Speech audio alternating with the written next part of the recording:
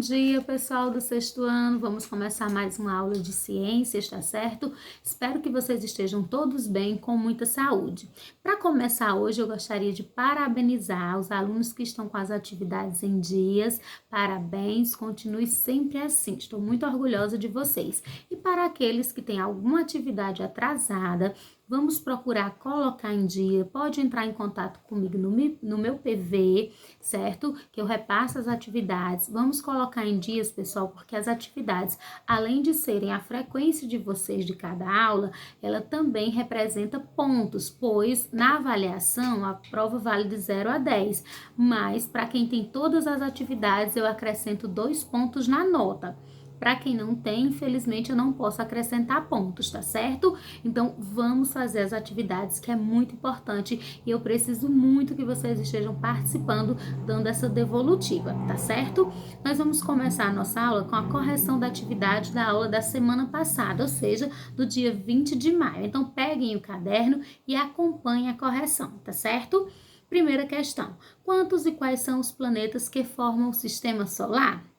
São 8, eles são Mercúrio, Vênus, Marte, Terra, Júpiter, Saturno, Urano e Netuno, certo? 2, coloque V para verdadeiro e F para falso. Letra A, a Terra provavelmente se formou no mesmo período que o Sol e os outros planetas do sistema solar? Verdadeiro. Letra B, a Terra concentra mais de 99% da massa do sistema solar? Falso. Quem concentra esse valor aí de massa é o Sol.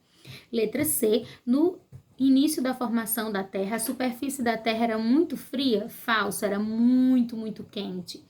Terceira, descreva a teoria mais aceita atualmente para a formação do sistema solar.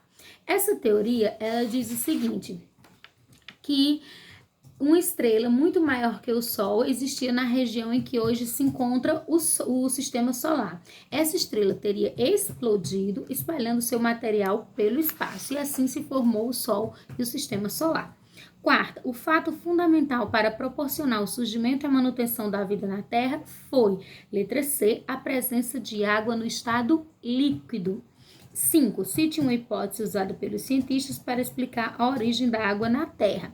Formou-se no interior do planeta e foi expelido durante as erupções vulcânicas para a superfície. Essa é uma das hipóteses, mas a outra hipótese é aquela que dizia que a água veio do espaço nos meteoros e quando chegou aqui no planeta ela veio no estado sólido, depois ficou líquida. Se vocês colocaram essa outra opção, também está correta, tá certo, pessoal? Então, encerrada a nossa correção, agora nós vamos seguir com o nosso conteúdo de hoje. Nós vamos falar sobre o formato da Terra, tá certo? O nosso planeta Terra, ele tem um formato geóide. E o que é que significa esse formato geóide? Essa palavra geóide vem do grego, onde geo significa terra e oide significa forma. Então, forma da Terra. E na prática, o que é que significa? Isso significa que o nosso planeta, ele tem um formato esférico, como se fosse uma bola, mas não uma bola bem perfeitinha, bem redondinha. Na verdade, o nosso planeta ele vai ser achatado nos polos, certo? Os polos são achatados e ele é abaulado na região do Equador, faz um círculo na região do Equador, certo?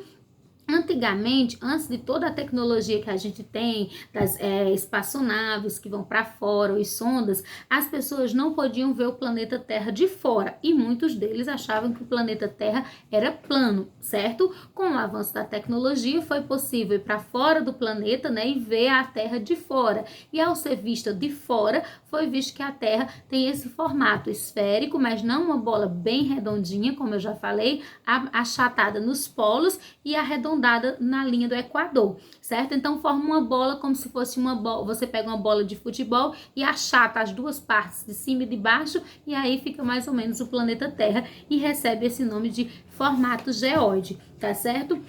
As evidências que podem nos mostrar que a Terra tem esse formato redondo e não plana, como algumas pessoas pensavam. Duas evidências. Primeira é quando você olha um barco no mar indo embora. Se a Terra fosse plana, esse barco iria ficar sempre na mesma reta, na mesma distância e depois de certo tempo era que ele desapareceria da sua visão.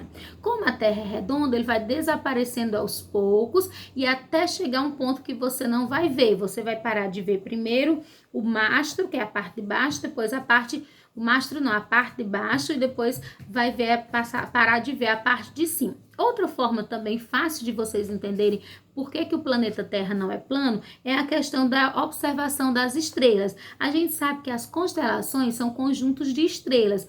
As constelações, nem todas elas são visíveis em todas as regiões do planeta. Por exemplo, a constelação do Cruzeiro do Sul, ela não pode ser vista na Europa, já que a Europa está no hemisfério norte. Enquanto aqui no Brasil, que nós estamos no hemisfério sul, nós não podemos ver a Ursa Maior, que é visível apenas no hemisfério norte. Então, se a Terra fosse plana, como algumas pessoas pensavam antigamente, a gente poderia ver todas as constelações em qualquer lugar do planeta, independente de onde você estivesse, tá certo? Então, essas são duas evidências que podem ajudar vocês a entender.